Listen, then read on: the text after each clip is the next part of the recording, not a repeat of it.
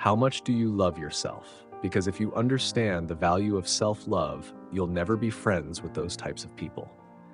Most of the people that are here are running around empty. They have no sense of self, no sense of self-love.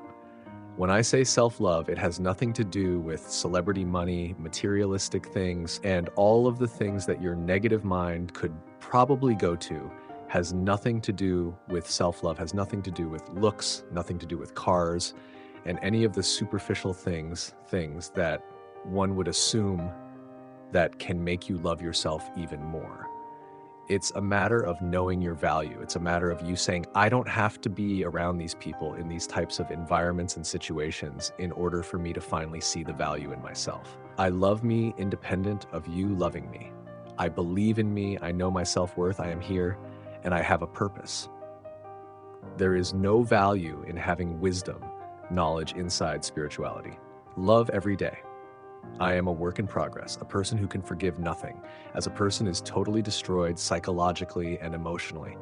Forgive your parents, forgive any relationship that you ever had that didn't work out, forgive everyone else in your life that has ever hurt you in any way. Forgive yourself.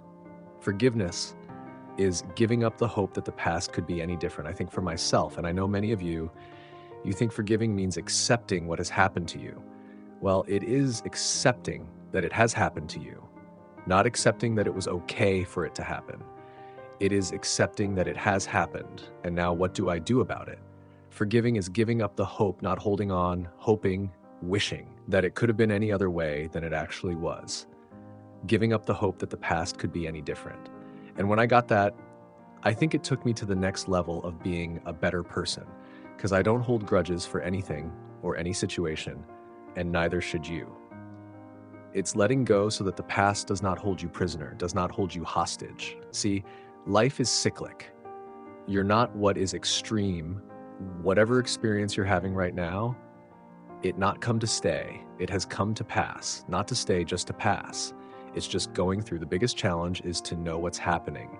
This is a part of this thing we call life, this too shall pass. And maintaining perspective, putting it in perspective. You have to be willing to break from the past to have the future you so desperately desire.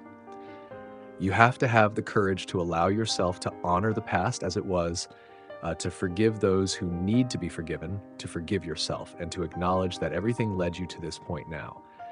Everything, let it go and begin to focus on developing myself. And I say to you, you're going to have people to do things to you. Things are going to happen to you. And the most important thing to do is to harness your will and let it go. And move so you can grow, so you can get on with your life.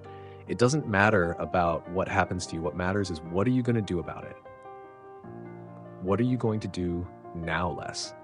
But if you want to begin to move into your own personal greatness, if you want to begin to really enjoy a happy, successful, healthy life, you've got to be willing to go against the tide. You've got to be willing to harness your will. So as you, in the process of reinventing your life, write a description of the kind of person that you want to be. What are the things that you must overcome? What qualities about your personality? You know that you're going to have to change because those particular characteristics are liabilities to you. What are your assets? What are your strong points? Look at and evaluating yourself to make that determination. We need some coaching. Find some trusted critics, people that you know care about you. Love you says some things that keep us from growing and getting out of ruts. We take it personal when someone wants to give us some feedback on where we are falling short and tell us about our blind spots.